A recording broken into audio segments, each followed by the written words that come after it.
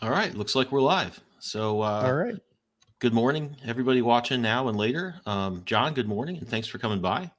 Thanks for Wanted having to me. talk today about Veritas. You've got the Kickstarter live for issues 3 and 4, and looks like a cool comic. And thought it would be fun to talk about it for a while. Thank So you so let me much. I appreciate it. put on your trailer here as a quick intro.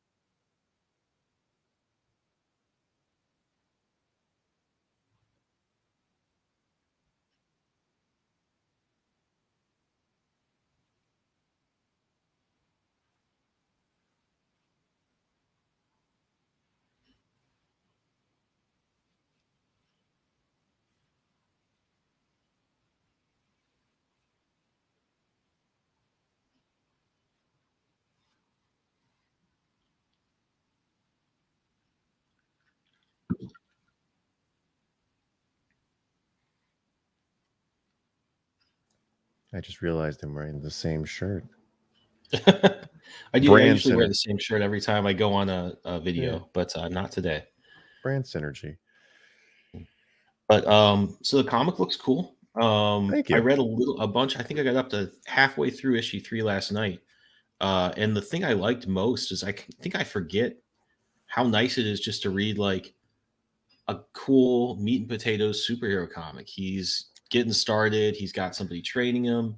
He's got his parents were heroes. I mean, it feels like something that is that touches on a lot of the superhero stuff we're used to, but also was like it really struck me like, wow, it's nice to just read this. It seems like it's the first time in a while I've just read something where it's like, all right, we got bad guys in warehouses shipping who knows what. We've got a guy learning how to be a hero. He's got issues with his parents and family dynamics to work out. It just seemed, you get just enough of the world and the teaching and stuff like that. And it just felt nice to read that. I guess I haven't read anything like that in a while. So, Oh, I'm glad. so it's cool. The Well, art's really nice and clean. Um, and I guess I was going to ask you just like, how did you, I think you have a lot of these issues done, right? yeah.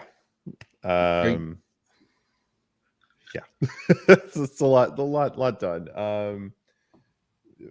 First off, I'm incredibly grateful and thankful to be working with Davis Dominguez, who is just an amazing artist. And over the course of the issues as we progress in the series, his art just continues to get better and better and better. I'm incredibly thankful to Valerie St. Gillet and Nylich Davis, who are the colorists for at this point issues 1 through 6. okay. They do a fantastic job. Nylish is the flatter, Valerie is the renderer and colorist. So I'm very fortunate to be working with such a good team who make these incredible weird things that I write turn into really great looking comics. And Davis has been someone I've worked with for years now because we've been working on the series, like you said, for so long. On the Veritas comic website, there were about 12 issues up. Mhm. And I mean, it looks, first of all, caveat, the website looks like I made it because I'm not a web designer, but it has comics on it and you can read them, and that is what was important. But I have been slowly updating it with the new colors, the new lettering, and that's also something you'll see, is that the lettering gets updated too, mainly because I'm the letterer and I get it updated, and I get better at it because I study.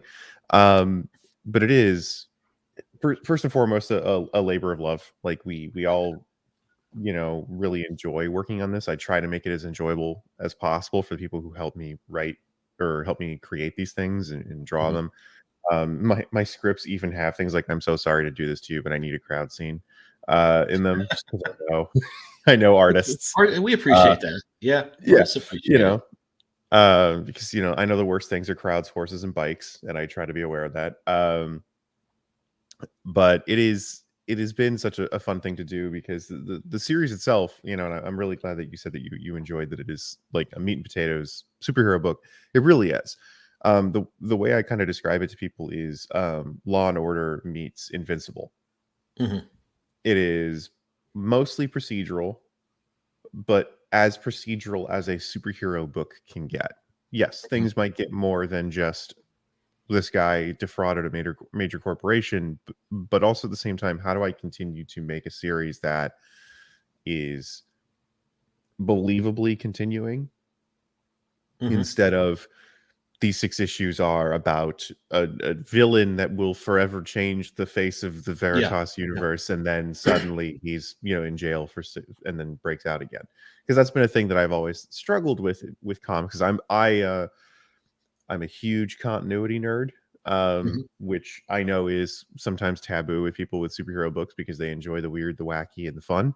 I know Grant Morrison is a big proponent of that, saying like continuity ruined comics for a long time because you didn't get weird, strange, interesting, unique things. Which, to their credit, yeah, Mhm. X-Men comics were great when it was just like, what strange thing can Magneto do this week with Yeah. magnets? Yeah. Um, but sometimes it's really fun to read an ongoing story like oh gosh, I really loved Injustice.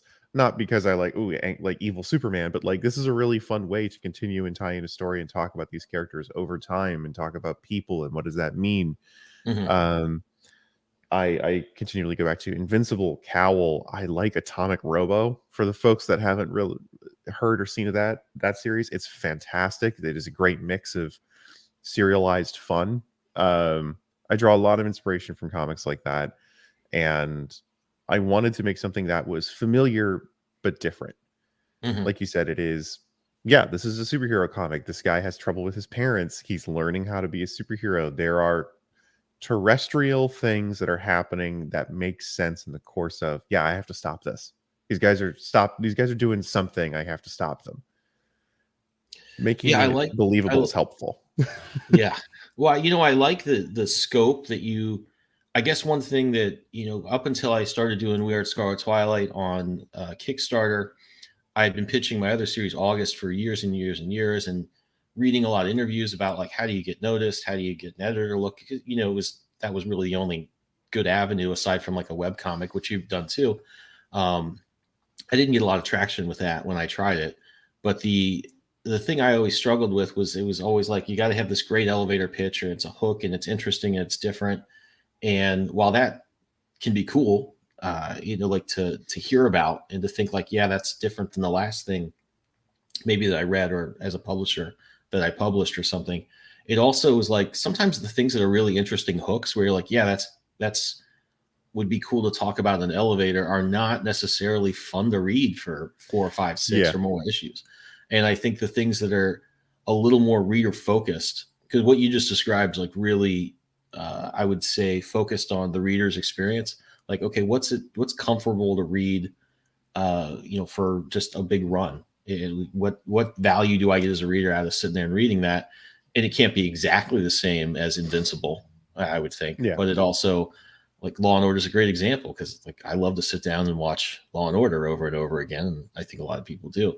And I really like that's kind of how I've started to approach my stories. Is what would be fun to read, and I think your approach does sort of have that in mind, which is really cool. thank you. And I think there's also I acknowledge there's a level of pettiness in the creation of Veritas because I think I came up with it a few years after the original run of Civil War came out in Marvel, Okay. where a friend and I were talking about like, God, registration is such a weird thing, and politically and government wise, you really, registration's so bizarre in terms of superheroes, and how naive we were that we, the idea that legislating off of people's innate natural abilities was Mhm. stupid and could never happen. But we sat down and we were really talking about, like, how would this genuinely work? What would you believably be able to pass, government, legislatively, judicially, that would make superheroes possible without Mhm. breaking any laws? And that was really what we ended up focusing on, because doing one of those very famous, I'm drunk at 2 a.m. and we're talking about how we could have done it better conversations. Yeah. And that's kind of like how Veritas came about. Was we were like, okay, but, like, they can't call them superheroes. They have to be Mhm. something different, because that would piss people off if they were called superheroes. So what do we call them? Citizen defenders, because they're not cops. And we have to, people would be upset if they were called super cops or cops or something like that. So they're citizen defenders. These characters are as ordinary people as you can get, Mhm. with powers that make them extraordinary. And I think, to your point, what's fun to read, what brings people back, show after show, is characters that they understand. Yeah. you Veritas being a guy who's in his, like, mid-20s, who cannot really have a good conversation with his mom, and his dad is kind of a pushover because his mom is in charge of the family and his dad is just a nice guy, is a very relatable, believable Mhm. thing that makes him instantly more affable to the average reader, that he just has a bad family dynamic. Not that his parents are evil, but, like, oh yeah, I hate going home too, kind of a thing. Yeah, And no, you like his I mean, I like his parents, yeah, even though they're like I can see why he's like, "Okay, this was a mistake. I shouldn't have come here." right. He's like, "I just didn't wanna do this today," sort of Right. thing. And you could tell he likes them too. Like, he Yeah. goes to his parents to have a conversation with them about a traumatic experience. Clearly, there is a relationship there that he has fostered or wants to foster, Mhm. but his mother has her own agenda based off of her own hangups, of which I know, but the reader doesn't really currently have, to their information. And his dad is kind of the peacekeeper. Yeah. Oh, yeah. And that is a very real, normal family dynamic. um Shield Maiden is someone who is struggling with the fact that she was doing something for so long her own way, and now everyone else wants her to do it a different way, and she is chafing against, oh god, there are so many more rules than there used to be. And that's Mhm. also relatable to people who change jobs or get promoted. She used to be a sidekick and now she's supposed to be in charge. And that Mhm. is really uncomfortable for her. She's not sure if she wants to be in charge, but this is the only way she can do her job without getting arrested. So she's having problems of, like, wow, there's a lot of expectation on me that I don't necessarily want to deal with. And I don't know how to teach someone immediately. Like, the first issue shows, she's like, this is what I thought I had to do. And then issue 3, she's like, okay, I kind of screwed that up. Let me try this again. I Mhm. need to figure out the right way to teach you, because what I did last time didn't really work. And she has her own friend where she's like, I don't know if I'm doing the right thing. Mhm. Her and Denise are, having brunch the next day, and she's like, I don't want to screw this up for this guy. I just want to be good at what I do. And she has a friend who has her back, is Mhm. there for her no matter what, and 100% doesn't care about anyone else but her friend. That was I was gonna ask you 2 things about Shield Maiden and then the first few scenes of her, and one of them was about that. It was cool that the friend was like anybody would be, like, "I don't care Yeah, about this dude they saddled you with. I'm here for you. This guy can I don't care what happens to him," yeah, which it completely is every conversation somebody has with a friend who's like, "Yeah, yeah, yeah, I see what you're up against, but, I'm not worried about that person's not my job. yeah. You're kind of my job." Um, and I like that. That really brought the focus on something that you can kind of remember happening or seeing or hearing in that situation. I thought in a way that was really good. And I also like most of the conversations I guess I've read in the last year or so with superheroes in their off hours at a cafe talking about something. It's not that. It's something kind of sometimes it's a little self-indulgent on some other story point or it gets bogged down in jokes. And this I thought was a really cool way to take that and make it to really focus us on the parts of the story that you are kind of like trying to concentrate on your story, and I thought that was cool. The other Yeah, thing I wanted it's to ask you about was, I think in issue 1 you switch narrators when they're on the rooftop and he's about to go into his first sort of official battle. mhm, And I found that a little jarring, but I guess the thing I've been focused on lately is if there's a thing where I can move the story along faster to something cool or that is even slightly less graceful. And I'm not saying that necessarily mhm. was, but if there's something where I can just get to the good stuff faster, I'm like, it's a comic book, just do that. And I was reading that and I was kind of weighing like what more dimension I get out of the story and the character when we switched over to her being the narrator. And I thought that was absolutely worth it to just switch over like that. And it gave you such a different perspective. I think I've read a lot of Batman comics where he's really worried about Robin doing this or that. His focus is on him, whether it's safety or he's, Jason Todd and he's going too crazy. But it was cool to see just her being there she had a very, I think, defined set of objectives. She did want to do a good job. She also didn't like, I'm not really here to be a teacher. This is just a byproduct that lets me keep this is some part of my job I don't like. And Mhm. I want to do right by it. It wasn't like she was rejecting it, which would be kind of the dramatic comic booky thing to do. She's like, yeah, I'm cool with it. I want to do it, but it's not really where her passion is. And you got all that, which I think is a pretty nuanced set of objectives for a character that you're just throwing out there. That came across really clearly. I thought that was cool. I appreciate that. I also tried very subtly, if it can be called subtle, to show an indication of the type of people that they are based off of how they talk to themselves. Mm-hmm. Jack says you to himself. He speaks at himself in his own internal monologue. Oh, okay. And I didn't Shield notice that. Maiden says I and me. Huh. I did not pick that Jack, up, but that is cool. if you notice, and I kind of try and do that further and further in the series, he speaks to himself in a self-critical, self-appraising way. And she lives in the moment. Mm-hmm. He is constantly trying to improve himself, critique himself, berate himself. And she is like, no, this is what I do. She has the self-confidence and he doesn't. Oh, that comes across really clearly. And He's and just so that riddled with, like I'm not doing this right. It's the first day on the job where you're like, oh, they're going to fire me. They're going to realize I didn't know how to do this necessarily, and I'm on borrowed time. yeah. That And definitely comes across. oh good.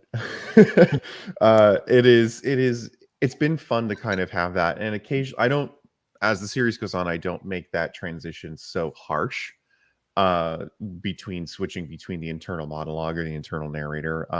I like the perspective that it gives. I think it shows switching between Veritas and Shield Maiden in the moment, for Veritas showing for him as time goes on, the trauma that being shot on his first night really takes an effect on him, Hmm. and how he reacts to, oh wow, there's another gun, and the subtle ways that that affects his approach, versus Shield Maiden having her internal monologue also in a very delicate way allows me to give um, world backstory and world lore, Hmm.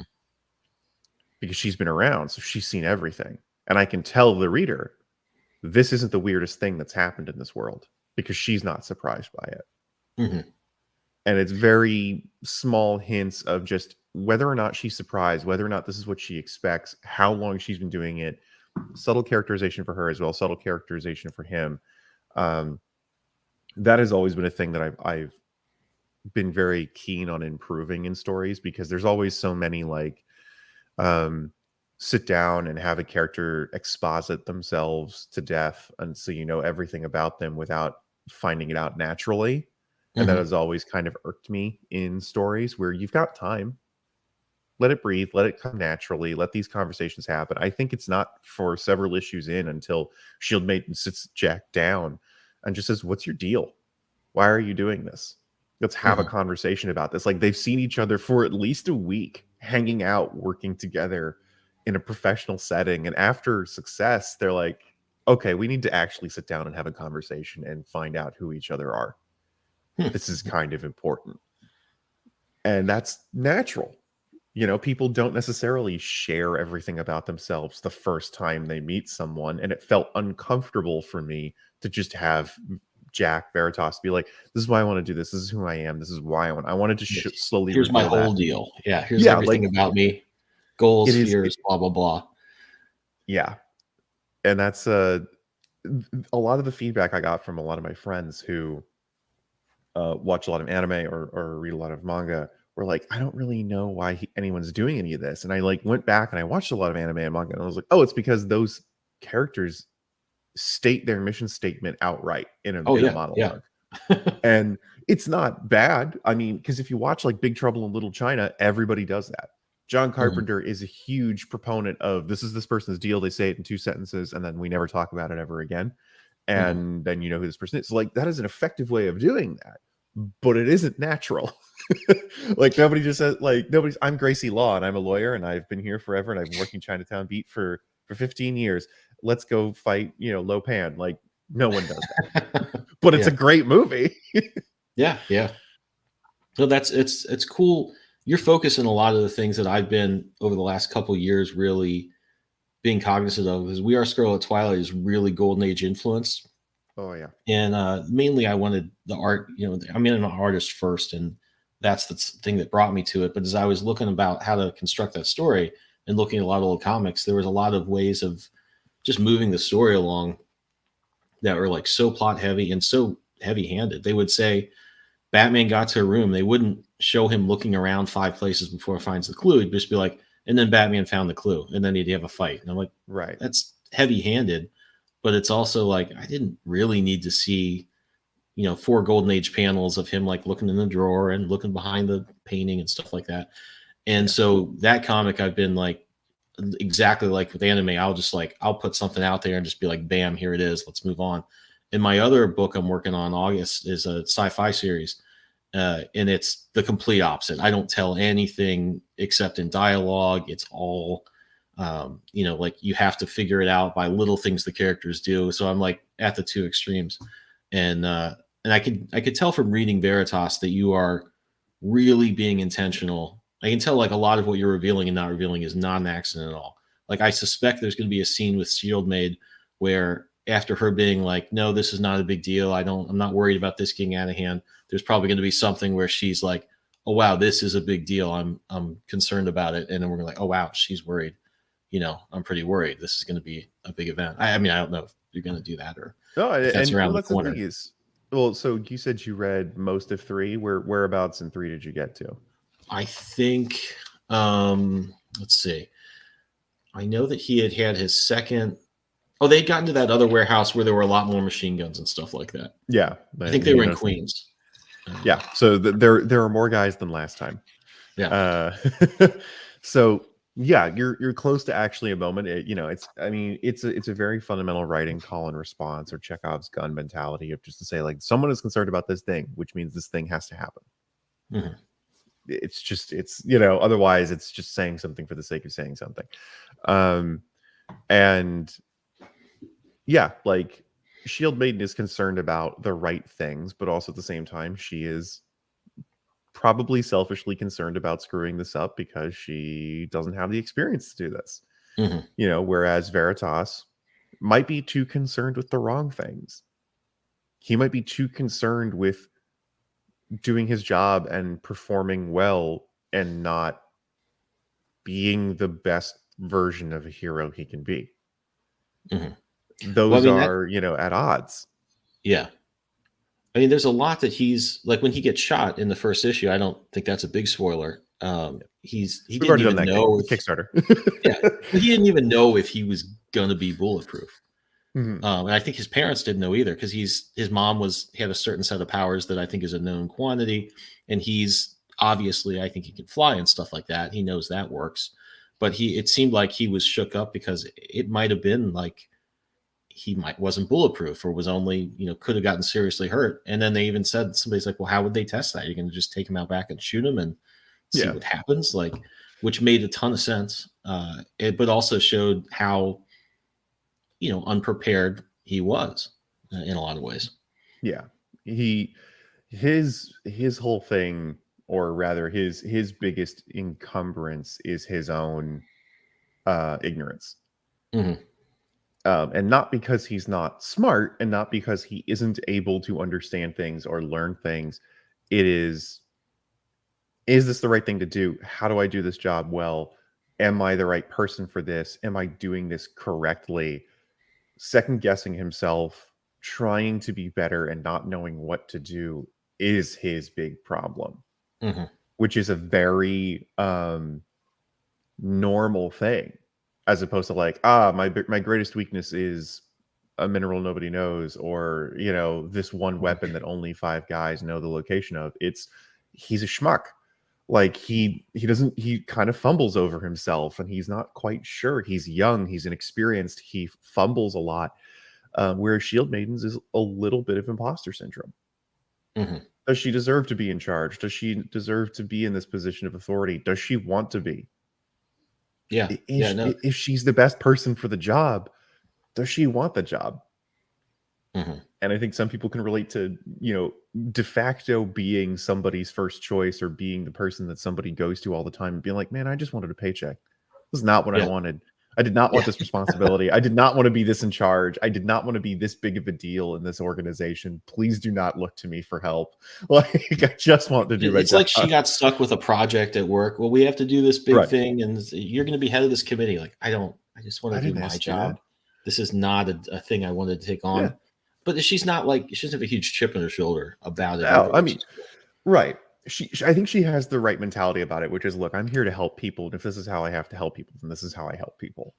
Mm-hmm. Like I later in the series, they do have a conversation about, like, Veritas and Shield Maiden have a conversation about, like, what is your deal and why are you here? And Shield Maiden's whole thing is, I want to help people. Mm-hmm. And if this is how people want me to do that, otherwise they're going to throw me in jail, then I guess this is what I have to do. Yeah. And that's her main goal, is to help people. So yeah, it kind of sucks that she has to teach, but she's not mad at Jack for it. She's not upset with him personally, because that wouldn't be fair. No, she has the social awareness to understand, like, he didn't pick me. We got put together, but via a list that the director made on some level.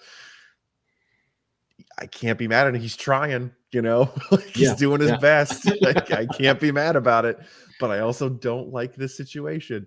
And later in the series, currently what I'm writing, arc 3, issues 13 through 18, we see other mentors, and how some of them are definitely not in the same position that she is, or the same mindset.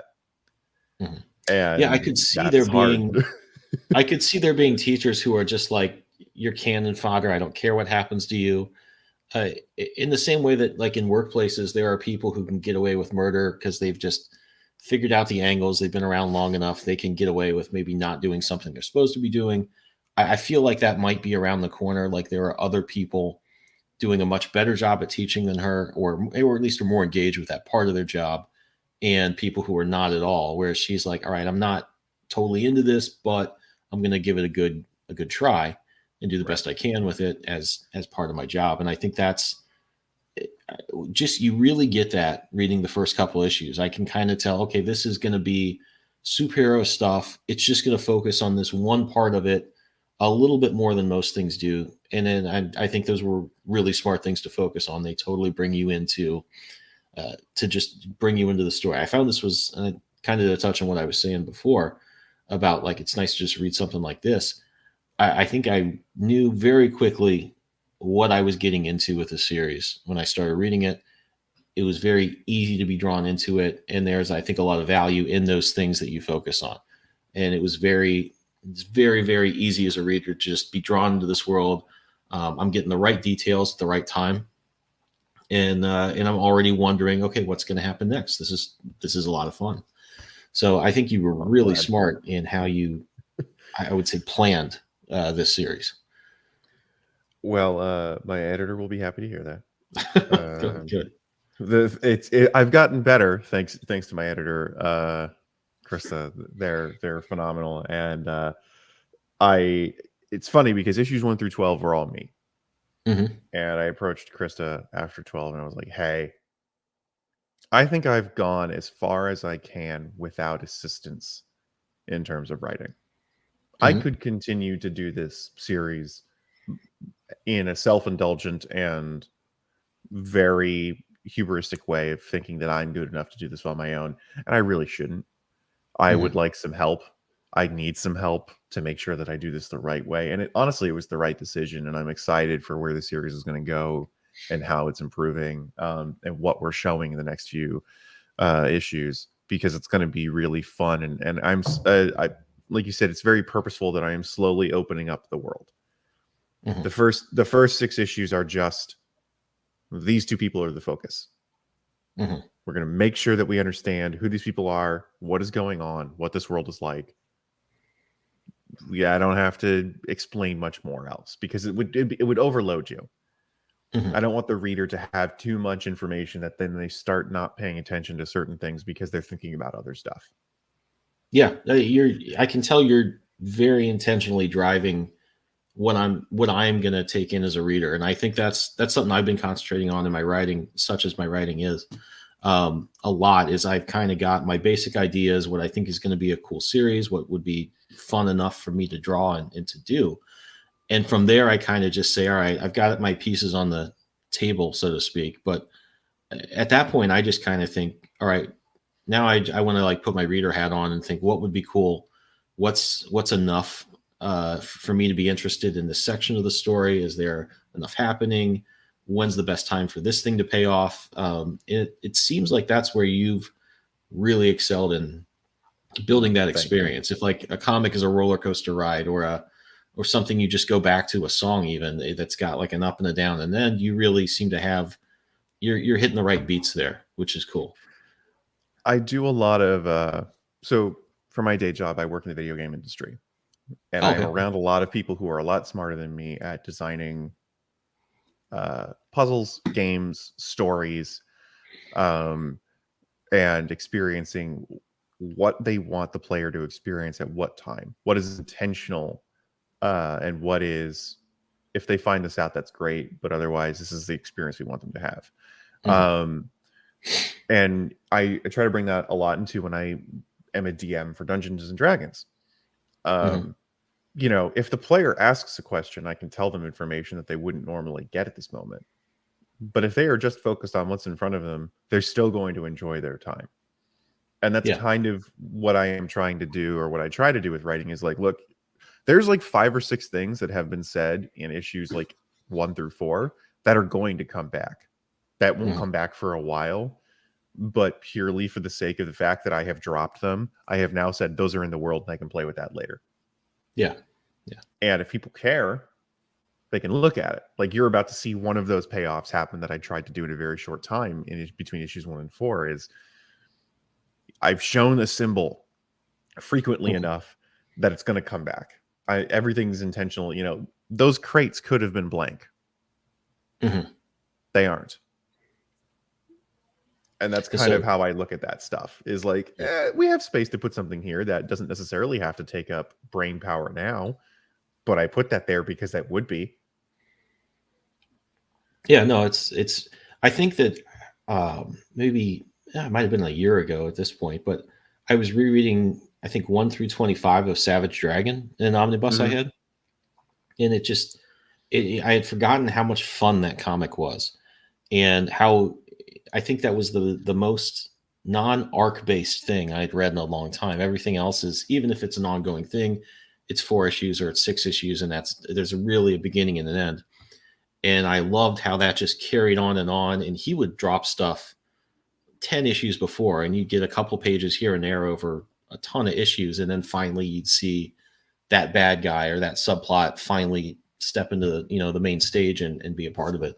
And I just that it's one of those things that I had not seen in a long time, but used to be really standard. And I'm like, oh, that was a great. Why did we stop doing that? That was awesome. That was a lot of fun. It's hard, and I think that's why people kind of avoid it. And also in a lot of big two books, you don't know how long you have on a run. Yeah, yeah, So not everybody's Chris Claremont. You're not going to get 20 years of the comic to play around with, 4 different spin-offs to do whatever you want with, to build a world that for better or for worse, is now the world that the X-Men live in. Mhm. Claremonting is difficult and it requires the level of dedication and trust that most publications don't have. Mhm. You know, Tom King could have done that. Tom Taylor could have done that. Gail Simone for the Sinister Six could probably do that when she, and she probably did. Like she's a phenomenal writer, and I guarantee that she would have done it just out of fun. Dan Abnett would have done that for Aquaman. Like there's plenty of writers who had long enough runs that they could have done that, but it's so uncommon now that I think Yeah. people don't do that. They just try to tell whatever story that they've pitched to Yeah. get it done. And to your point, like Savage Dragon, create her own. They can do Yeah. whatever they want for as He long as they knows have he's money going to to be do on it. that book next month. For as long as they have the cash to keep making that comic, they're going to do whatever they want. And then that's kind of what I refer to those little like Easter egging is clairvoyanting. Mhm. Is eventually we'll come back to this. Yeah. I will not take credit for it. That is from Jay and Miles Explain the X-Men. That is a Oh, okay. phenomenal podcast that literally like I've seen issue that. by Yeah, issue yeah. goes through. Oh man, it is a fantastic and really good examination of one, just the history of a certain run of comics that evolves Mhm. over time. Like Stan Lee can't write teenagers, but boy howdy is Stan Lee smart about business and comics. Yeah. And then transitioning to the Claremont era, or who's writing Excalibur and who's writing just X-Men and who's writing Uncanny and who's writing X-Force and All New. And when Claremont takes control, there's a deliberate effort to place things on a shelf, just be like, that Chekhov's Mhm. gun will gather dust until I come back to it, but it will be used. Yeah. And that is an old thing that I kind of took from that podcast, for better or for worse. My editor notwithstanding, and Claremont kind of his slow descent into madness as it happens in real time from live tweets. But I haven't seen that. I'm going to check it out oh after yeah, this stuff. it's reading the live tweets of Claremont panels is pretty wild. The last one, I think it like last year before like his last panel was kind of like, does he know he hasn't answered the question that was asked of him? Like, or is he purposefully not answering the question because he doesn't want to? It's like kind of like watching a John Carpenter conversation at a convention where John Carpenter says whatever he wants. Like it's both entertaining and a little like, should somebody come get Chris? Is there someone around that should talk to Chris? But it is a decision I have made in terms of my world to be like, yeah, some of the stuff is just going to exist. Some of this stuff is going to get dropped and explained or said in a way that is nonchalant to them. To us, it's very important, but to them, no, this is just how the world is. And I think the easiest place to see that is the classroom scenes. I use the classroom scenes as shorthand for world building, because where else are you going to sit around and talk about stuff that's already happened? Yeah, yeah. Cool. Everywhere else, it's not going to be important until you bring it up, or unless you're having a conversation about the greater nature of said thing. School, you're going to talk about everything that's happened. It's going to be, that's watching Top Gun earlier this year, the new one and the old one too. When it's built around, you have your scenes of action, and then you have your scenes that totally make sense within the world, where they're going to go back and either review the next one or talk about what just happened. And you can just make so many things that it makes sense for them to just say the thing you would need to cleverly have them dance around and sort of paint for you through their dialogue, can just be the subject of the conversation.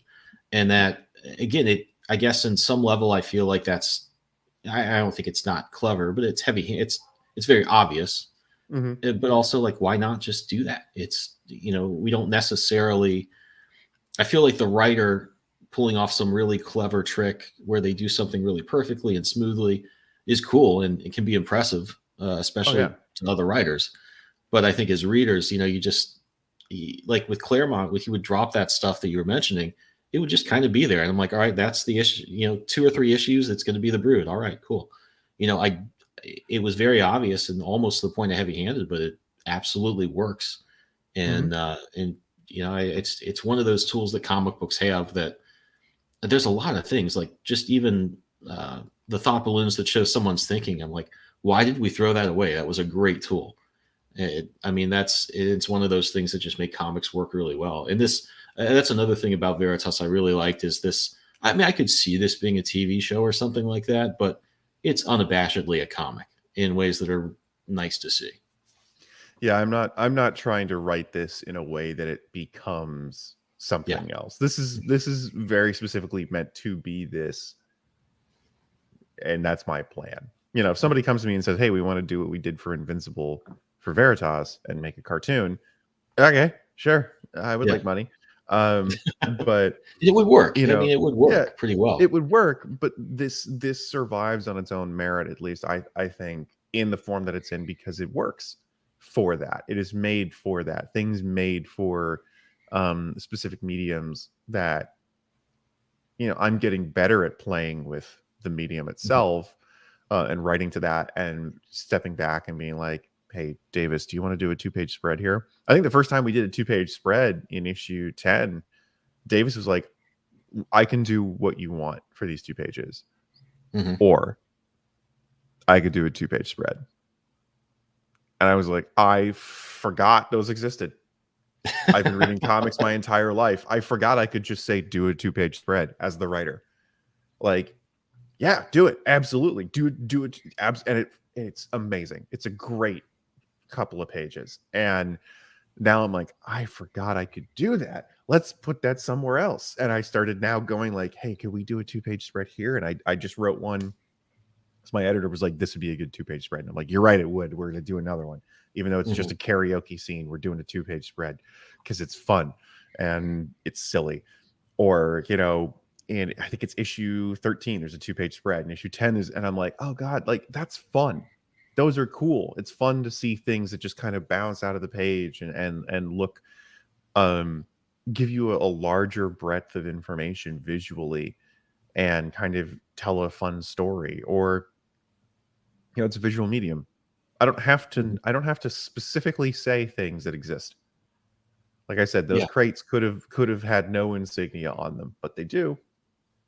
And it's not important until somebody mentions it. And because it wouldn't be important until they do. And that is hard to remember. Like I will absolutely own up to, I want to say everything and put everything in the script and mention everything I can, because I don't want people to not see it. And then I have to go back over and go like, if it's on the page, whether or not they see it is not my fault. Yeah. They just and they have can to go back back. and That's read. the nice thing about reading comics. It's like, wait, was this on this like 2 pages ago? And that's I've done a lot of things, and I'm just wrapping up We Are Scarlet Twilight 4, and there are about 3 things that I think are really cool that happen in it. And I think that there's something where I'm like, did I really telegraph this enough?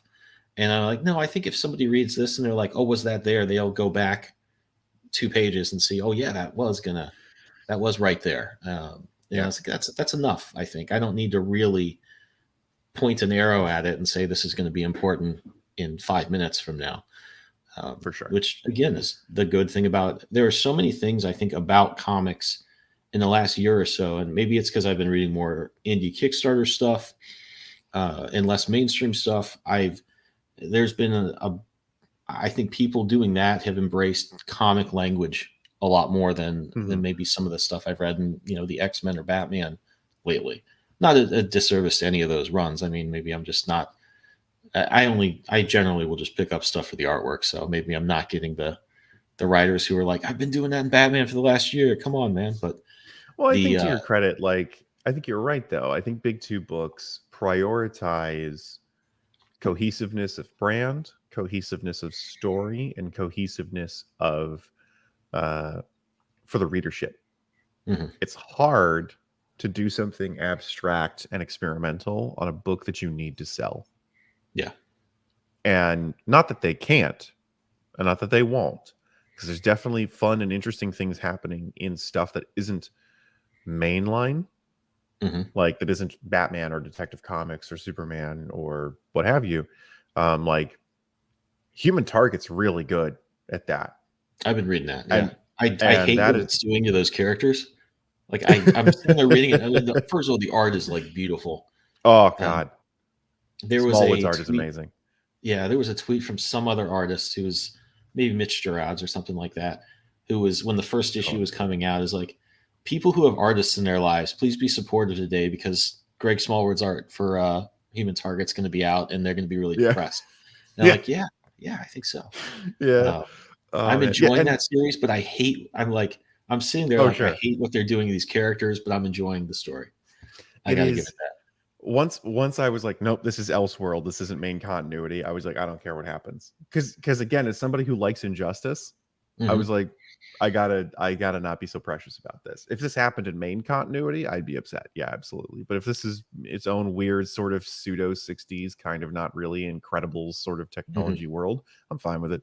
You know, like It's let it weird be what my weird. brain accepts as Yeah. standard and not standard, because there are things I'm like, that bothers me.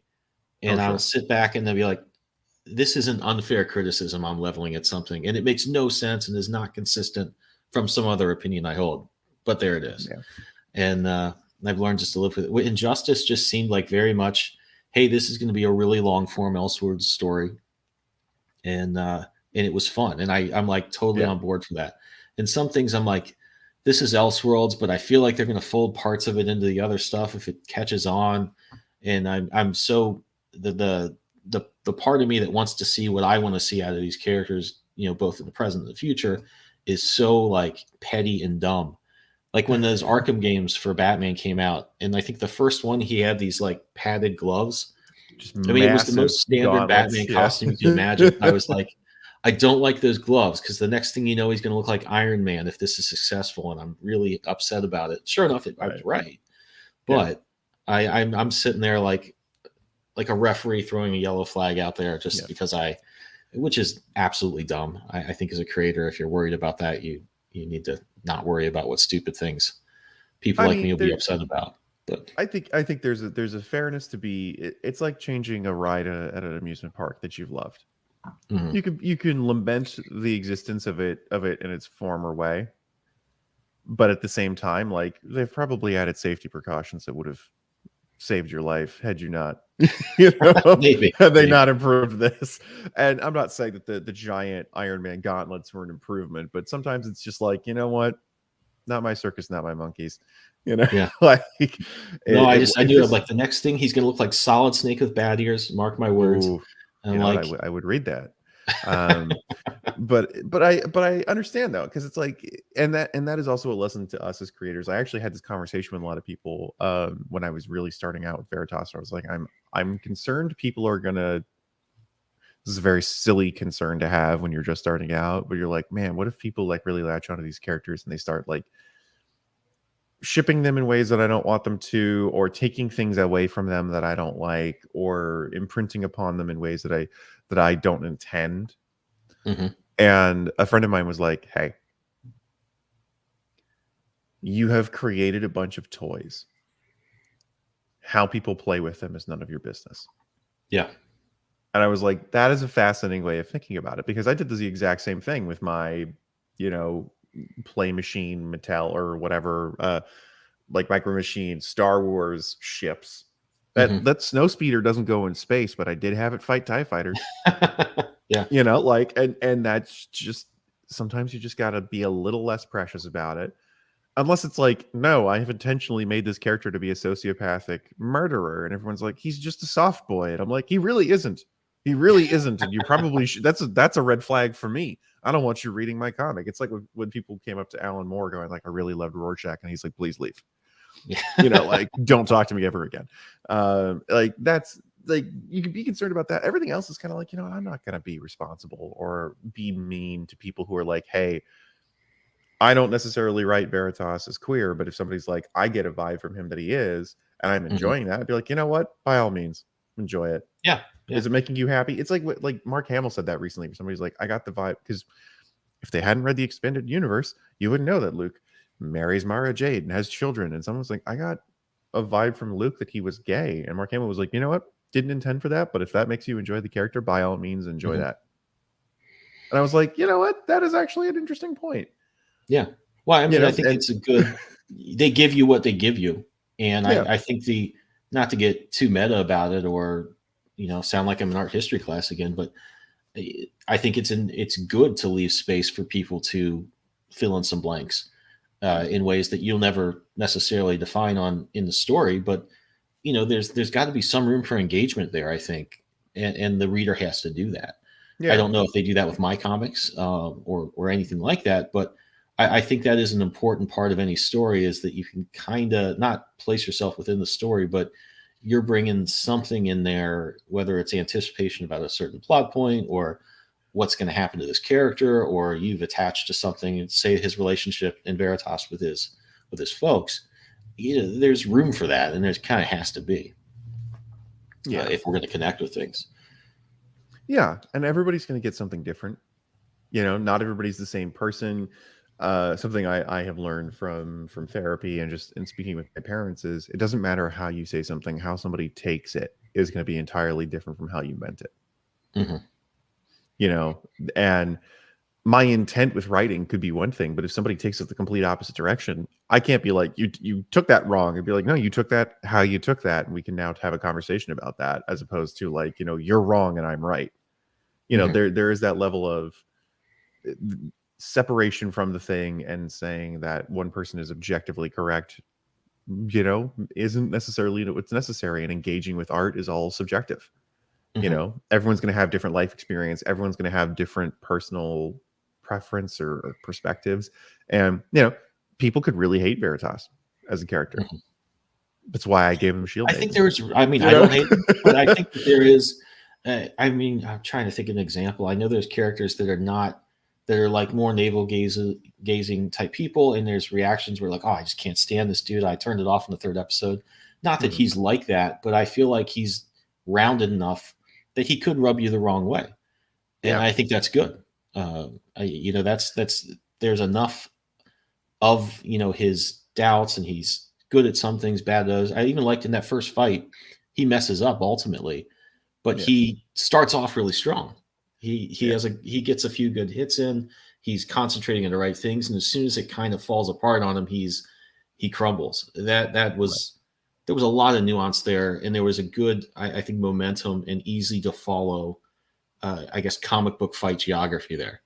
Like, okay, I see that he started off good. Then here's where we're almost the coach on Monday morning saying, okay, we messed up here, and which is sort of something they do too. This is a series I think is really easy to go with in ways I really enjoy, and it does those things that make you follow along very good as a reader, but you also are doing so much of the old school comic book stuff in a way that doesn't feel retro or like, check out how I'm referencing the Silver Age type stuff. It's just like, here's comic book tools. I'm just going to do a really good job with them. And I don't think there's enough of that. There's like, well, it's got to be some big, sort of like Unbreakable. Who is that guy that makes those movies? That kind of twist. Oh, Shyamalan. Yeah. Yeah. Like, I don't really need the twist. I kind of just need something that's fun to read. Yeah. And I appreciate that. I think my motto has always been with this series: don't reinvent the wheel, just put rubber on it. This has already been done. I don't need to do that again. Just make it easier to read, or don't make it Batman for the 1,000th time. Like, we have too many of those. I try to make Veritas feel like the Incredibles in the world of Invincible. It is a lot less, like, it kind of takes itself a little less serious, but serious things are happening. Like, if you look at the Incredibles, Syndrome is a bad dude and kills a lot of people, and we don't like talk about that, but like there's a whole scene where Mr. Incredible is like, all these superheroes are dead. Like, some real stuff happens in that movie, but also Dash runs on water. And they were, I mean, I think that's something I haven't seen, I guess. No, I don't. My wife teaches 3D at a college, so we watch almost every 3D thing that comes out. I'm not always the biggest fan of those things, but in the ones lately, I think the real problem was The Incredibles, because once they made that, it was like superheroes and sort of spy 60s vibe stuff. That was exactly, just right in my wheelhouse. And everything after that was like, well, this isn't made exactly for me, so I don't care. I don't care if this fish finds his family. Screw that. I don't want to watch this. Like, I was spoiled. And but I think that a lot of the stories that really stay with people have that horrible moment. I mean, I don't. You're probably a little younger than me, but when I was like 7 or 8 and Transformers the movie came out, and that was brutal. Optimus Prime Mm-hmm. gets like beaten to death slowly. It's traumatic and Mm-hmm. horrible, but I think that has stayed with a lot of people because there's these dark moments that really kind of get under your skin, and then when the story continues, like it did in Incredible, that scene where he finds all those guys in the caves you're referencing was, I wouldn't call it scary as an adult. I think I would be scared of it if I was a kid. Yeah. Um, but you do kind of need that moment of real, not darkness for darkness sakes, but it establishes a lot of the stakes that are Yeah. happening here There is a in ways way that are of important. there's a way of being dark without languishing in the evil, Yeah. without being self-aggrandizing and a little bit too invested in it. Look how bad this is. Like, we Hmm. get it. This is a bad guy. Like, I was I was playing Call of Duty Modern Warfare, the new remake, Hmm. recently, and I'm like, at a certain point in the game, in the story, they're like having an embassy is being attacked Hmm. and by these bad guys, and they have a moment where the bad guy is like outside with hostages and he's trying to get inside the embassy and trying to force you to let him in, and he's executing hostages, and in front of the player you're seeing the hostages get killed, and I was like, Hmm. I didn't need that. Yeah.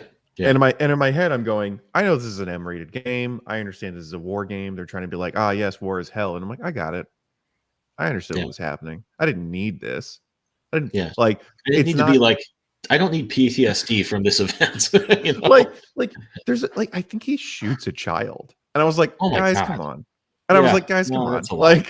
Like, I don't. We didn't need this. Like, I Yeah. understood what he was doing. I got what was happening. This was unnecessary. This is such a like up to 11 that was not needed. Or like with the boys, sometimes I have that where I'm like, I get it. Yeah. Homelander's a bad guy. I don't need this. Like, there's a level of gratuity to it that is just like, all A right, little well, edge lord let's type of a yeah, vibe to it's stuff. a Yeah. bit No, like I refer to it as backwards hat maturity, yeah. That's where a, it's like a 15-year-old who like puts their hat that's a good backwards, way goes to like, "What describe if it. like Yeah. superheroes like killed people?" And it's like, we get it. Like, you've had a single idea, like it's Mhm. fine. But with Veritas, I'm like, there's stuff in this that is bad. Like, these guys aren't like just trying to rob a jewelry store; they're stealing things that are not great. Mhm. I don't sit down and have a conversation about what they're stealing or like how bad it is, but it's like, these people doing this is not good. Yeah. Like, this is a genuinely bad thing, and why they're doing it is completely unknown. That can't be great. Mhm. And as the story goes on, like, I had a conversation with my friend who I helped kind of come up with the series with at one point, and I was like, what do we want to do hard and fast rules on? He was like, what do you mean? I was like, no aliens. Okay.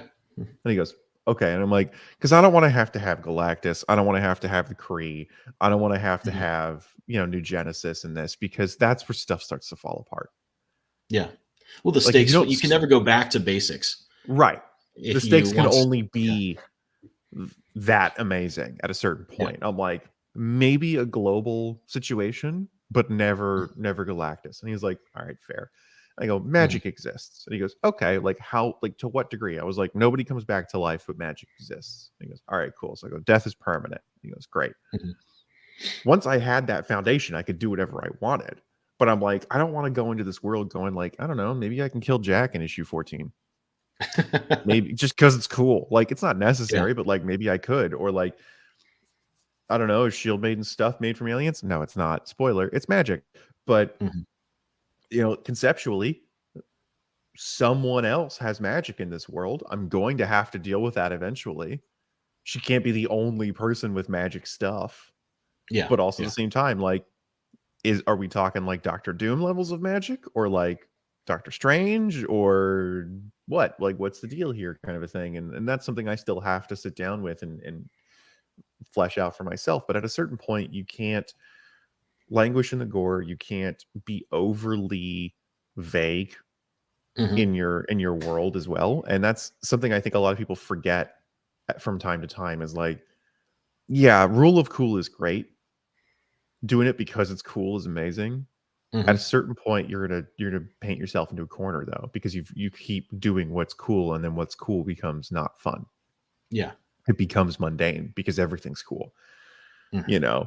Well, And you there lost the happened, stakes of right? their lives kind of moving in a because I think that there's a lot of cool superhero stuff, but the real heartbeat so far of this is his progression as a hero. Is he? I get the impression he's going to figure out that he was doing this for the wrong reasons. Just his kind of mental and competence journey, and her journey as a teacher as well. Seems like that's what I'm dialed into. And once you start doing things that are really cool, that are they could potentially really take you off that path. Sure. And it's also balancing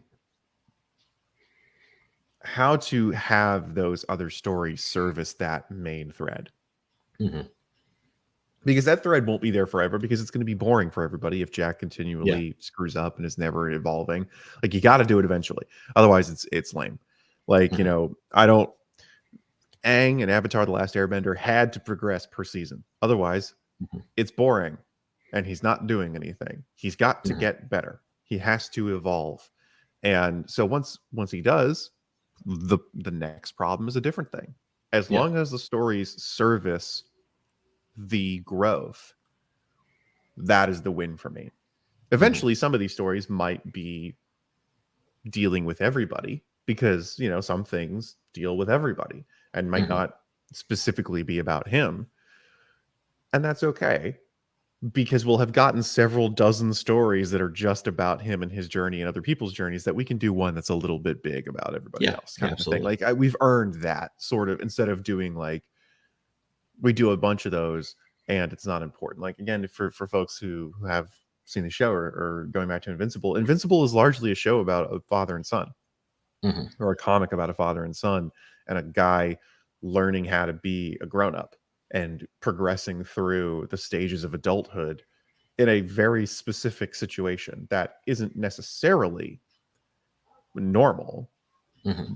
but he is encountering a lot of the situations that a normal person would encounter as their life progresses in bigger and bigger Yeah. chunks.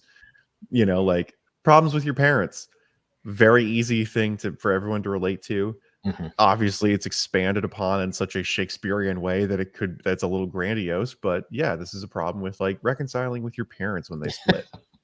Like, Yeah. do you hate your father, and is your mom having a bad time? How do you deal with this? Underneath, you know, guy punches monster and it goes explode. You know, Hmm. he's been doing, as the series goes on, like, if you get into like the second omnibus, conversations about, like, okay, but am I doing this the right way? Are there Hmm. better ways to do this? Is the dinosaur correct? Like, should I be blowing cities up because it is destroying the world? Oh Hmm. God, he makes good points. And the dichotomy of, like, is a logical argument better than what's morally correct? Yeah. And you encounter that at work. Like, should we be modernizing this and getting rid of the people out of this? Or should we be focusing on what makes us strong, kind of a thing? Like, there's a lot of things that are nuanced in that comic that are Yeah. wrapped up in tights and fights. Yeah. I think And that that is was one of the best hard. examples of. I remember when I was reading that in the 2000s.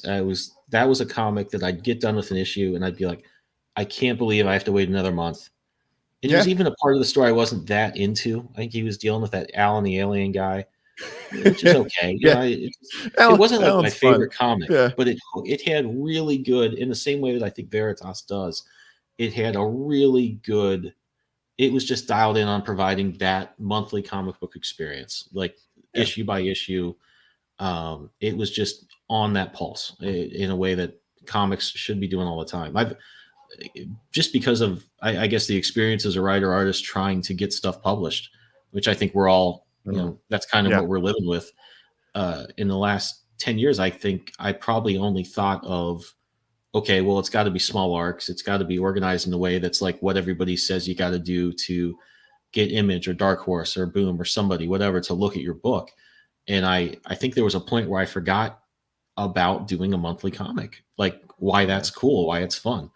And over the last year or so, that's just really been I guess, in the background of my mind, and I've been reading more stuff that does that and does it so well that that I've missed it. And it's nice to see something like Veritas that's like, hey, we're doing that thing you liked that everybody kind of stopped doing, or it just went from event to event, and the developments were more, I guess, kind of cast changes or status quo changes that weren't necessarily. I mean, not to rip on anything mainstream, but I guess I'm a little disappointed when the change that a new team brings in is a big change in the status quo. Although there's a Yeah. place for that, I kind of just I want them to stay in the same way the Batman the animated series did. It didn't give you new things or keep you interested by bringing in Azrael. It kept you interested by just saying, "Hey, we've got this set of toys." They had, I think, a pretty definite set of rules in the same way you've established what magic is, what, where aliens are. You've really tightened the scope of your world and played within that sandbox really well without repeating themselves. So that's kind of what I want a lot of these characters to do, and not necessarily that they need to, but I think there's a real gap in comics for that thing, and it's nice to see something that does such a good job of it. I appreciate that. I do also kind of enjoy the simplicity and just kind of sticking with what you got and not trying. Like, it's not that you can't make something fun and big and Mhm. grandiose, but sometimes it's fun to just play baseball. Yeah. Sometimes it's fun to just to play the same video game over and over again and not be like, but what if Skyrim had multiplayer? Like, Yeah. sometimes it's just good how it is. And that's not to say that, like, yes, my comic is perfect, but that was kind of why I wanted, like, I think I started doing the webcomic because I was like, look, I want to just get this out in the world. Mhm. I can't sit on this forever. I can't wait for the right time or continually pitch this, or it's like I can still tweak this as time goes on. you know Mhm. Veritas is a great example of that because it's digital. I have re-lettered issues 1 through 4 like 7 times because I just got better. And it's Mhm. not perfect, but it's better than it used to be. And it's Yeah. more readable. And I've edited some of the dialogue because I now have an editor, and I have gone back, Mhm. but don't like how that sounds, or I've tightened it so it's a little bit more, fluid, or stopped a character from saying something because I was like, it doesn't sound good, because I have personally had a change of bias or whatever. And that's the thing, is like, when I was starting with the Kickstarter, I was like, are people going to want to do a Kickstarter for something that lives online? And I was like, oh wait, look at all those books I have on my shelf of all those web Yeah. comics in collected volumes. Yeah, people are going to want to do this, And I even if think people this have would never. live really Yeah, well as a collected volume. I mean, this would be, I 12 issue definitely write. chunks would just be like, yeah, I want to line this up on the shelf. Those would be Yeah, good. I definitely write for the trade. That is how I refer to it, as like, I write for the collected volume. Every volume you get is going to be a complete story, Mhm. because I don't Yeah. like it when they're not. Like, I personally, it bothers the heck out of me when I have like a 6-issue volume and it like ends unsatisfyingly. Not that Mhm. like you can't have like a cliffhanger or a transitional ending, but it's like, it's got to be satisfying. You did something for 6 issues. It's got to end somewhere in a way that's There's got full to be a conclusion. reason besides it's just the sixth issue, which Right. it often Like, is. whether or not that's a tragic ending, a happy ending, Mhm. comedic, whatever, it has to have an ending. Yeah. So my intention is always 6 issues, you're gonna get an ending. Something is going to resolve every 6 issues. I try to do that because I feel like it Mhm. is satisfying to the reader. I'm not wasting your time. I Yeah. respect the reader. I'm trying to respect the reader enough to be like, hey, you are doing me a favor by reading this. You could read dozens and hundreds of other things, but if you're going to spend time reading this, I'm going to make it worth your while because I want you to enjoy yourself. I can tell that you And really, that's something I thought last night. You are really, respect the reader is, I think, like a really good way of summing that up. Like, this is, I was reading that and thinking, like, this guy made this really fun and easy for me to sit down and read. Like, he's like, I want you to read this instead of something. I don't want you to have to work hard to get into this. yeah, That's incredibly clear from the first issue on. I think the things that I took that from were honestly Goon and Atomic Okay. Robo. And the comic Like, what?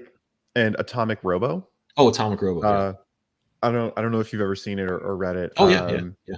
I First of all, if for anyone watching, if you have not read Atomic Robo, do yourself a favor and read that. It is Bill Nye the Science Guy meets Hellboy. And if that doesn't sell you on the series, I don't know what else is going to. But it is such a fun, like, doesn't talk down to you, does not act like you're an idiot, does not require you to know science, is just a weird, fun comic that has a narrative through line, but treats you like an adult, or treats you just like a respectable human being, and just says, we're going to get to it in time. We will Mhm. answer this question, but you will have questions, and it's okay. But that is part of the fun of this. Like, Mhm. same with Goon. There is like no rhyme or reason to that comic for like the first 4 volumes. It's just a guy punching monsters in a weird sort of 1920s, 1930s-esque world. And it's just like, what if I made a fun comic? You're absolutely right. What if Mhm. you made a fun comic? You know, this is great. And it's not going to be like, I need to explain to you that this is a fun comic. No, it's weird. It's weird, Mhm. silly, and goofy, and it understands what it is and is unabashedly unafraid of being a weird, silly comic. And I think with Veritas, I was just, yeah, if this is your first comic, which it very well could be for a lot of people, because I do have a lot of folks who are contributing to the Kickstarter where it's like friends of families or whatever, Mhm. and then they're just like, I don't really read comics. I've seen the Marvel movies, but I want to read a comic book. I'm like, look, that's great. It's fantastic that you want to read something different and you don't know where to start with Marvel or DC. This is going to be really easy to jump into. Have you ever seen Prestige Television? This, Mhm. you Yeah, I know. was gonna say the way you structure, you're saying like, well, at the end of 6 issues, this will you'll get kind of a thing is like a season of a 12 issues of Mad Men run or something like that. It's like Right. it's the right amount of resolution. It's not complete resolution. Yeah. People are going to feel, they're going to feel like they know what's going on in 6 issues. Mhm. You know, when people go like, you got to get through seasons of like 1 through 3 before the show gets good. Nope. Yeah. You're going to feel No, it's satisfied after yeah. season 1. You're going to understand what's happening. You're going to feel like an expert. You're going to Mhm. feel like you know what's going on. Then arc 2, I'm going to throw something new at you, and then you're going to be like, oh wow, okay, all the stuff I learned in 1 through 6 is still there, but now I'm just putting Yeah. I'm adding something to it, and now I can get comfortable with that layer, and then it's slowly additive. And I want to respect their time. I want to give them something that is satisfying and good and enjoyable. Whether or not that, I mean, that's subjective, obviously. Like, I can't be like, it's great, Mhm. you should read it. But you know, I want to give people something that they will enjoy, because I have always enjoyed comics, and I want to give them something that they're gonna be like, that was fun. I'm glad I read Yeah. that. Mhm. I would like to read more. Oh, it's more of the same with just new stuff. Great. Oh, more of the same with even more new stuff. Perfect. Like, Mhm. that is the intention with this, and with the Kickstarter, it was, I'd like to make it physical. I'd like Mhm. people to have Yeah. it, you know, like, I'd like folks to have it in their hands and read it that way, because some people will enjoy that. Some people like the collectability of it. You know, I've been very fortunate that the folks who have worked with me on the Kickstarter for the Mhm. stickers, the variant covers, the pinups, have all been like, yeah, absolutely, I'll do that. Like some of the folks who would do the pinups and the variant covers I worked with on other projects. Mhm. And when I came to them, I was like, hey, can you do like just a pinup or a variant cover? They're like, absolutely, Mhm. 100%, no problem. And I have been so fortunate that, you know, guys like Josh Hood or Jordy Perez have come on, who do work for Mhm. like Boom and Dark Horse Mhm. and Mhm. like Let's see. big companies. Like, not that Davis, my series Mhm. artist, like, he does work for Zenoscope. Like, you've Mhm. seen his work in shops. He's a phenomenal artist. Mhm. The secondary, the variant cover, like that variant cover right there, Joshua Hood and DJ Chavez did, and it Mhm. is amazing. Like, it's a Yeah, I great, love like, that. I love that Josh Hood cover. That's I meant yeah. to ask you about that.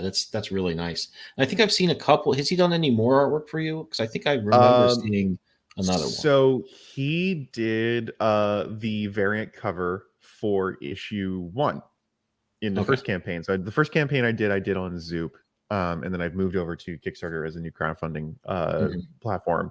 Um, but Josh Hood and I have worked together on another series that I do called Certifiable Investigations, which is a 1920s detective series Mhm. with a magic twist to it.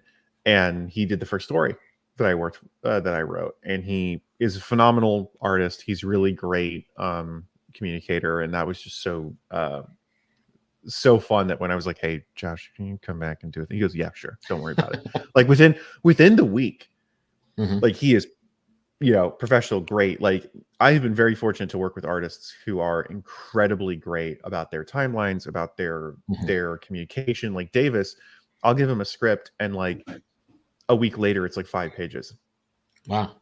and I was like, "Are you?" Or I'll ask for an edit, and it's within 24 hours. Nice. Nice. Worth every penny. Mhm. One of the best people I've worked with. He's so fun to collaborate with. I'm so happy that I'm working on the series with him, just because he's so fun and he understands, and he's just like, yeah, man, let's do whatever weird stuff. Like never questions me. Not that he shouldn't, but like he's on board. He Mhm. wants to continue doing it, and it's not like, are you sure? It's more like, okay, but like, should it be more like this or more like this? He Yeah. yes Yeah. ands in such a great way that I appreciate. And sometimes when he does stuff that I don't write, I'm like, you know what, that was better. Like, well, it's the double page spread thing. Mhm. I wrote in issue 10, 8 and 9 look like this, and he's like, what if it was a double page spread? And I was like, you're absolutely right, it should be a double page spread. Do whatever Mhm. you want. And Josh Hood did this great picture when I was talking with him. He's like, what do you want out of this variant? And I was like, so the first variant you did for me is really great with Shield Maiden. The second one, I'd like one that focuses on Veritas. Mhm. I like to make him look epic, look really cool. And he's like, done. And I think the only note I had in the first pass he did, like he had a lot of shadow on his face. I was like, this makes him Mhm. look a little sinister. And he goes, how about this? Like 2 hours later, and it was perfect. I was like, Awesome. sure. Awesome. And DJ's colors are beautiful on that. Like they're so amazing. And then the second cover is Davis's art with a new colorist I worked with, Mhm. Giuliano Paratelli, I believe. And oh man, like I was blown away by that. It was yeah, Giuliano Paratelli. He's on Twitter as well. All these creators are on Twitter. Um, Yeah, shoot but me their links, and because I'm going to cut this up into a few short videos over the week, and just post that with like the link to the campaign. But I sure. definitely want to get their socials in there too, Yeah. if I'll people I'll want to even share I'll other post stuff. or I'll give you the links to my colorists as well for the series. And you can reach out to them as well because they're phenomenal people. I am just so fortunate to work with Mhm. such great teams. And yeah, if you scroll down just a little bit, the next reward is the second cover. That one is it's so cool. Like, I that was do. so I like great. that cover a lot. And it was unintentional, but if you scroll down even more when you go to the like all four covers reward, Mhm. that's issues 1 through 4. You can get Mhm. those. You can get physical copies or digital copies of issues 1 through 4. I did not realize for the all four covers for 3 and 4, they kind of chromatically or Like, color wise yeah, no, link, they definitely are and a good we totally companion. didn't plan that, and it was Even really like this funny. angle seems to line up really well, and Yeah. just nice when that happens. Oh yeah, it was such a good happy accident, and just that art is so fun, and I'm so excited for that because it's great. And we've been fortunate to have the people who've pledged so far. Like we're almost 25% funded in like Mhm. 2-3 days, Yeah, which we just is, started it. Yeah. yeah, thank you to everybody. Of course, Kickstarters are a nerve-wracking and anxiety I know that. inducing prospect for the entire time it exists, and my eye never stops twitching. But it is just, I'm so fortunate and so grateful to the folks who have pledged and donated to help us get this out. Because like I said, bottom line, this is written, colored, lettered, the whole shebang already. It's Mhm. all done.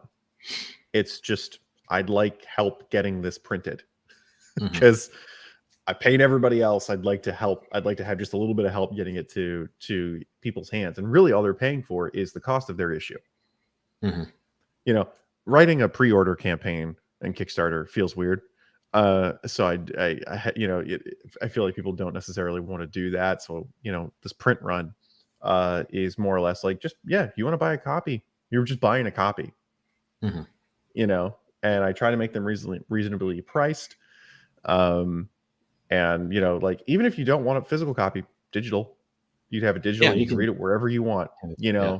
Not going to judge you if you want to read it on a tablet, on a phone, computer, whatever you I'm want to all do. digital at this point, almost. Hmm. So once I moved to New York a few years ago, and I had to get rid of most of my stuff, and I became all digital, from there on Yeah, out. So always good to have the option.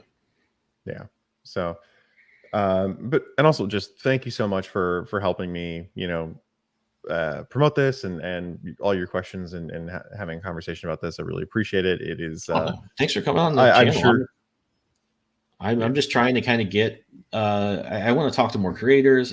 I don't get to talk about comics quite enough, and I kind of want to build up more of a YouTube presence for my projects and stuff. And I thought, a fun way to do that is just like have other people doing this on, and shoot the breeze for a while and talk about what we've got coming out. I think it's just a good thing all around. So, dude, I appreciate you coming by. Oh, of course, and I think this is great.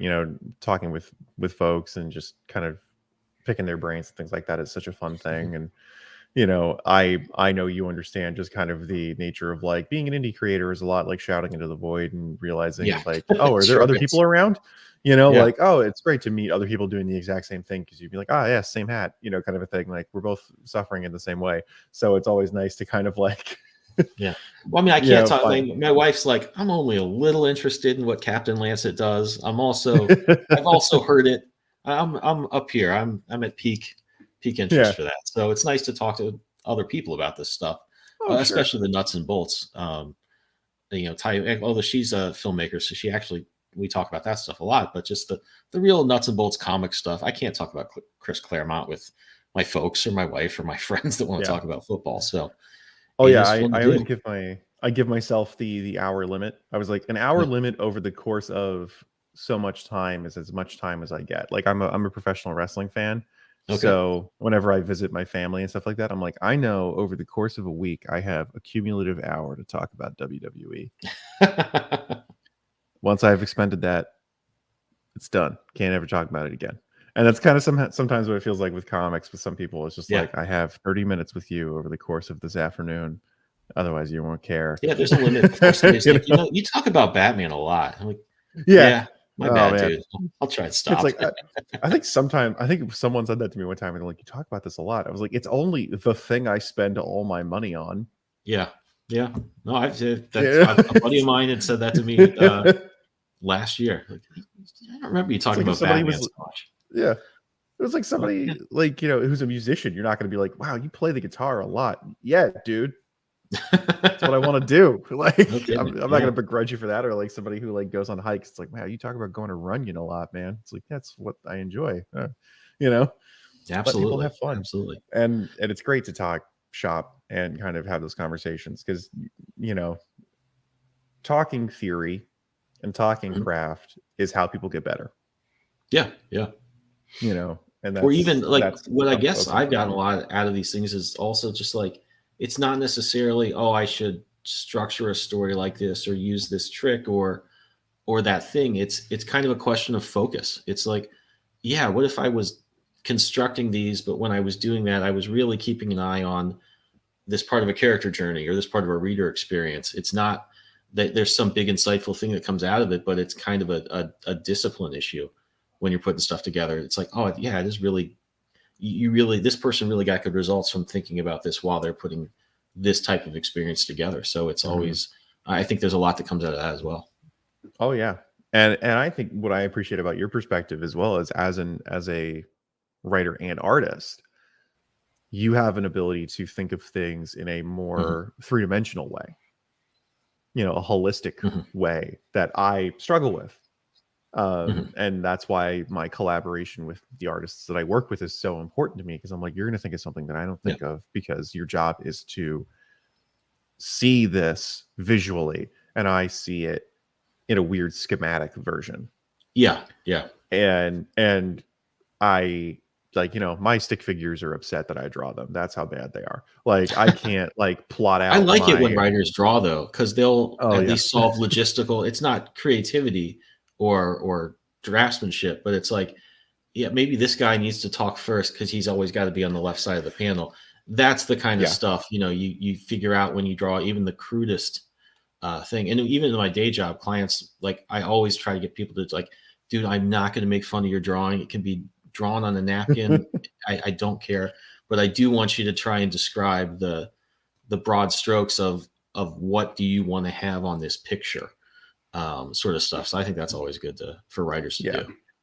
And I need to do it more personally. Like, I Mhm. think that's a fair point. And something I should be exploring more. I think something that I've been getting better about in my scripts is um, describing the emotional state of a person better, so that the Mhm. artist understands correctly the type of face I want. Yeah, like what do you're gearing it to, like, all right, what do you want me to draw? I've said to people, for like, there's a lot of information you're throwing me. What do you want this picture to be of? And Yeah, it's good when writers, I think that's a struggle to get, but I think everybody's getting a lot better at that, as there's tools that can let people draw in ways that they're, or just generate visuals, if they're not artists, that aren't necessarily going to lead to an end product as a piece of art, but will get you thinking, okay, how does this idea translate to a picture, even a bad picture? right. Because it's very easy to say, also, just like from a writer's perspective, one eyebrow up, frown, looks Yeah. angry.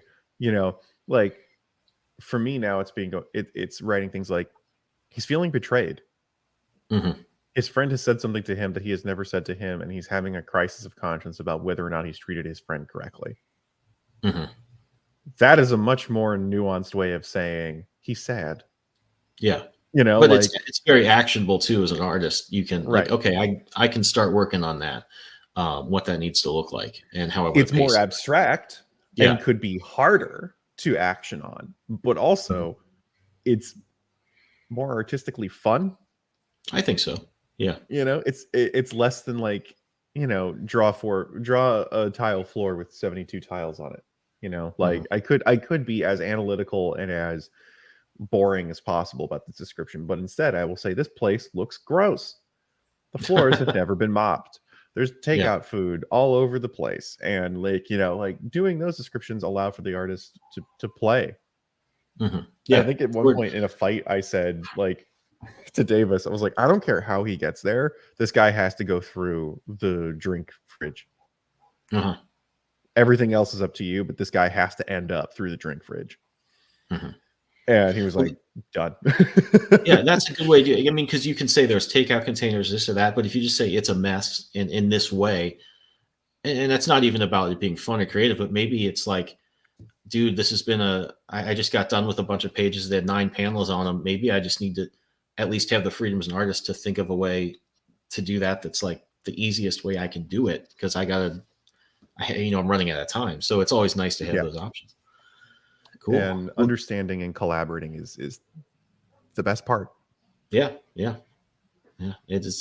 I keep meaning to find time to work with teams of people, and not just be a one man band, but we'll have to see. Well, well, we'll have to do something about that then. Absolutely. All right. Well, I'm sure you got stuff to do. I got a lot of house stuff to do here on the weekend, but again, thanks for coming by. I'm going to put together a bunch of short videos. I'll send you the links as I have them, just to keep Oh, thank you. putting little more view count friendly videos out there with links to the campaign. And I hope everybody that's seeing this checks out the campaign, because it's in the web comic as well, because it is great, great stuff. Thank you so much. I really appreciate it again. So sorry for talking so far No, over, no, but no. it's This is always fun. so great to hang out with folks who are in the same kind of mindset. And again, I think this is great. I think what you're doing is really awesome. I love seeing things like this. So thank you again for having me on. Thank you again for helping me to promote No, this. thanks for coming by. Appreciate it. Yeah, thanks for coming by. I'm happy to take a close look at this stuff, and hopefully get more eyes on it. All right. Well, if you're watching this now or later, thanks for stopping by. And John, thanks again. Thank you.